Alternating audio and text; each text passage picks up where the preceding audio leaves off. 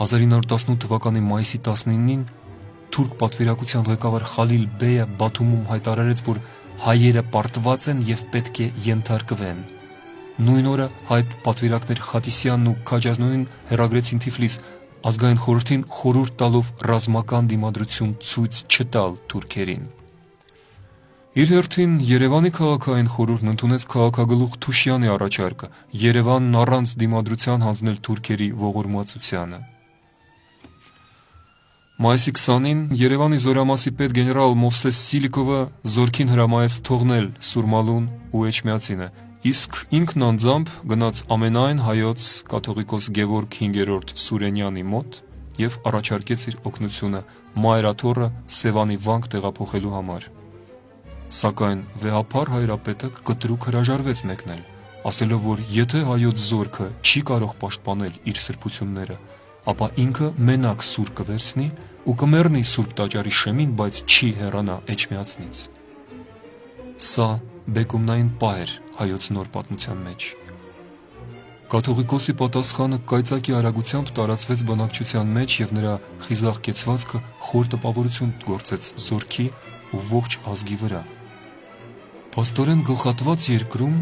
ուր կառավարիչները ծառից պոկված տերևի պես քարշ էին գալիս Թիֆլիսում, ուր գլխավոր հրամանատարը զորքի մեծ մասի հետ պատսպարվել էր Դիլիջանի անտառներում, որի մայրաքաղաքը պատրաստվում էր հանձնվել,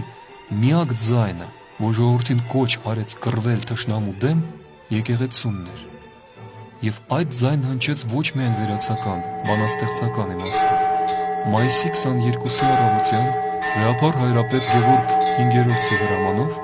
Արարատյան դաշտի բոլոր եկեղեցիների զանգերը ղողանջեցին։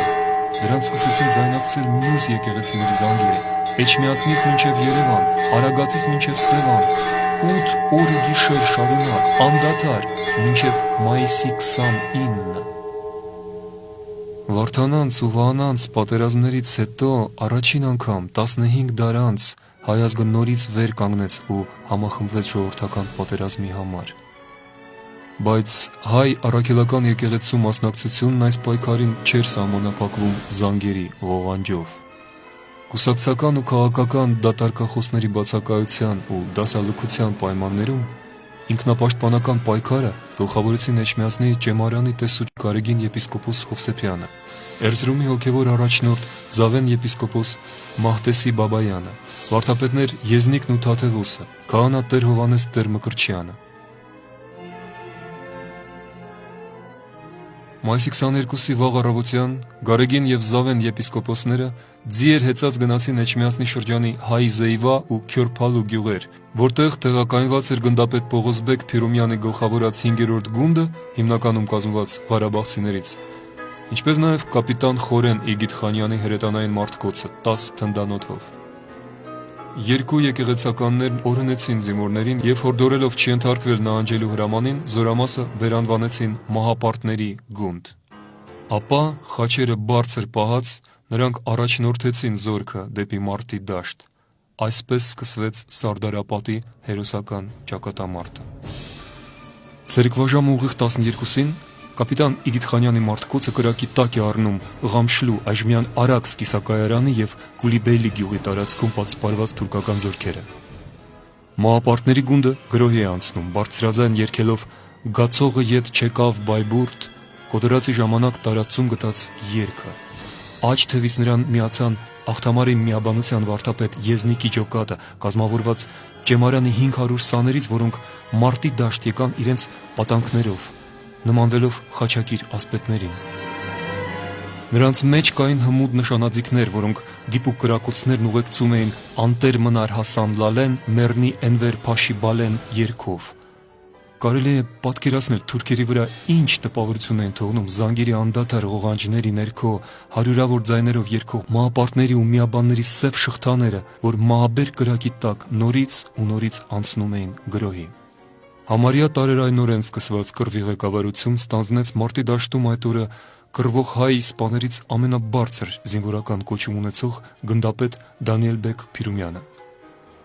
Կռվի թեժ պահին նա իր հագի մոխրագույն զինվորական շինելը հանկարծ շուռ տվեց ու հակավ կարմիր աստառը դեպի դուրս եւ այսպես ոգևորելով զինվորներին անձամբ առաջ տարավ հարձակվող զորքը։ Սարդարապատի դաշտում այդ օրերին կարծես ներկայացված լիներ հայ ազգի անցյալ, ներկա ու ապագա փառքը։ Ապագա գրող Աքսել Բակունցը եւ ապագա մարշալ Հովհաննես Բաղրամյանը, ապագա ակադեմիկոսներ Արարատ Ղարիբյանն ու Գրիգոր Ղապանցյանը, մարտի դաշտում ուսուսի կռվում էին դաշնակներն ու բոլշևիկները, հնչակյաններն ու ռամկավարները, հոգևորականներն ու անգրագետ գյուղացիները։ Սարդարապատում հայոց զորքը բաղկացած էր նաև Հայաստանում ապրող բոլոր ազգերի ներկայացուցիչներից։ Իրենց անսահման քաջությունը դրսևորեցին Ջահանգիր աղայի ղեկավարած եզդի հեծյալները, հույն կապիտան Սակիլյարի եւ ռուս կապիտան Կլիչի հրետանային մարտկոցներն ու գնդացիրային գումարտակները, գնդապետ Պերեկրյոստովի պարտիզանական գունդը եւ փոխգնդապետ Կորոլկովի հեծյալ կազակները, գերմանացի Ալեքս Շնեորը, ահա Սարդարապատի մեր մարտական եղբայրների ոչ ամբողջ ցանկը։ Իսկ այդ նույն պահին ճակատամարտի սկզբից մի քանի ժամ անց Երևանում հավաքված ղեկավարությունը դեռևս քննարկում էր թշնամուն դիմադրելու նպատակահարմարության հարցը։ Այդ մասին վկայում է Երևանի ազգային խորհրդի նախագահ Շահ Խաթունին իր հուշերում արձանագրելով, որ հավաքն անցնում էր Սարդարապատից լսվող թնդանոթների որոտի եւ եկեղեցիների զանգերի ձայնի ներքո։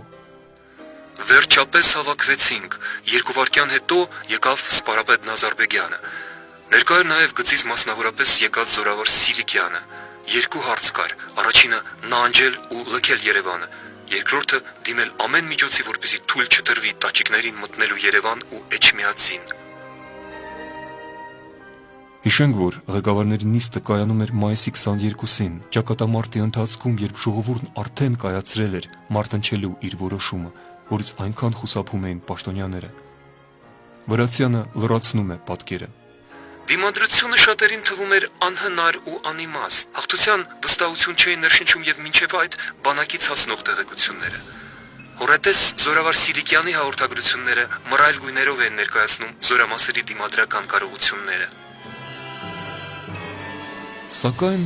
առանձնասենյակներից վերադառնանք մարտի դաշտ։ Օրվա երկրորդ կեսին հասնում են փոխգնդապետ Կարաքեշիշյանը եւ կապիտան Կլիչի մարտկոցները, իրենց 28 թնդանոթներով, որոնք մահաբեր կրակ են բացում Սարդարապատ կայարանում դիրքավորված թուրքերի հիմնական ուժերի վրա։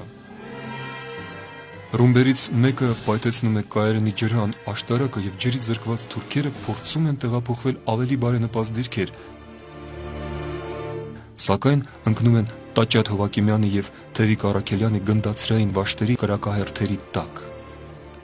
Քիչ անց գնդապետ Պերեկրյոստովի պարտիզանական գունդը երկաթգիծը հարավից շրջանցելով անսպասելիորեն ներխուժում է կայարանը եւ գյուղի տարածք, իսկ մահապարտների գունդը ճակատային հարձակում է սկսում թշնամու վրա։ Թուրքերը խոճապար նահանջում են Ալեքսանդրոպոլի ուղղությամբ եւ մինչեւ կեսգիշեր Սարդարապատից հեռանում են շուրջ 20 կիլոմետրով։ Մարտի դաշտում մնում է 3500 ասկյարի դիակ, հիմնականում էլիտար համարվող Գալաբոլու դիվիզիայից, որը 3 տարի առաջ Դարդանելում ջախջախել էր բրիտանա-ավստրալիական դեսանտը, իսկ այդ օրը իր մահկանացուն կնքեց Սարդարապատում։ Այդ օրը թուրքերի կորուստներն ավելի մեծ էին, քան նախորդ 3 ամսվա ընթացքում, երբ նրանք Էրզրումից մինչև Բաթում անցան զինվորական շքերթով։ Հեշտությամբ նվաճած հզոր բերդաքաղաքներից հետո փոքրիկ կիսակայարանում կրած պարտությունը թուրքերի համար միանգամայն անսպասելի էր, եւ նրանց ստիպեց կտրուկ փոխել ռազմարշավի մարտավարությունը։ Եթե մինչ այդ նրանց կովկասյան բանակը բաժանված էր 3 մասի, որից մեկը հյուսիսով մոտենում էր Թիֆլիսին, մյուսը գանձակով շարժվում էր դեպի Բաքու, իսկ երրորդը Երևանով պատրաստվում էր հասնել Թավրիզ, ապա Սարդարապատի ճակատամարտը խառնեց այդ հսկայական ծրագրերը։ Փաստորեն, այս աննշան երկաթուղային կիսակայարանը ճակատագրական կանգառ դարձավ երիտթուրքերի ողջ արևելյան քաղաքականության ու գաղափարախոսության ճանապարհին։ Հանդիպելով թվացյալ թիկունքում հայերի կատաղի դիմադրությանը, Վեյիբ Փաշան հրամայեց դեպի Թիֆլիս շարժվող Ջավիդ Փաշայի զորքին անմիջապես հետ դառնալ Հայաստան, իսկ Քյազիմ Ղարաբեկիրի եւ Հիլկի Փաշայի բանակին ընդհատել երթը դեպի Բաքու։ Այսպիսով փոքր ու անհայտ Սարդարապատը թուրքական ներխուժումից փրկեց ոչ միայն Երևանն ու Էջմիածինը, այլև Թիֆլիսն ու Թավրիզը։ եւ զգալիորեն օգնեց Բաքվին, ուր հետագայում թուրքերը կարողացան ուղարկել ընդամենը 1 դիվիզիա։ Սակայն փրկագինը չափազանց բարձր էր, եւ այն կրկին պետք է վճարեին հայերը։ Պարտությունից կատաղած Էնվերը Վեյբին փոխարինում է Խալիլ Փաշայով, եւ թուրք նոր հրամանատարը ողջ զորքը շրջում է Հայաստանի դեմ, կազմելով 200 կիլոմետրանոց ընդհանուր ռազմաճակատ, որտեղ Սարդարապատը հայտնվում է ձախ թևում, աջ կողմից մնում է Ղարաքիլիսան, իսկ կենտրոնը դառնում է Բաշ ապարանը։ Մայիսի 24-ին մարտերը վերսկսվել էին բոլոր ուղղություններով։ Բայց առաջի հաղթանակից անցած ժամերը հայ ժողովրդի գիտակցության մեջ փոխել էին պայքարի ոգին։ Թշնամու հետ մեն-մենակ մնացած եւ իր ուժին ապավինած ազգը սկսեց ժողովրդական պատերազմ։ Արդեն 22-ի երեկոյան, երբ թշնամու նահանջի լուրը հասավ Երևան, քաղաքի բնակչությունն ինքնաբերաբար ոտքի ելավ, անմիջապես սկսեց երկաթուղային կայարանում հաց, ջուր, շաքար, ծխախոտ հավաքել Սարդարապատ ուղարկելու համար։ Այս աշխատանքը գլխավորեցին Վանեցի կանայք, ովքեր ինքնապաշտպանության մեծ փորձ ունեին եւ նրանց շնորհիվ առաջին օգնության գնացքը ազատագրված Սարդարապատ հասավ արդեն մայիսի 22-ի երեկոյան։ Իսկ Երևանի անգլիական այգում ողջ գիշեր մոմերի լույսի տակ կամավորները ցուցակագրվում էին, վաշտեր ու գումարտակներ էին կազմում, որպեսզի մյուս առավոտյան մեկնեն ռազմաճակատ։ Մայիսի 23-ին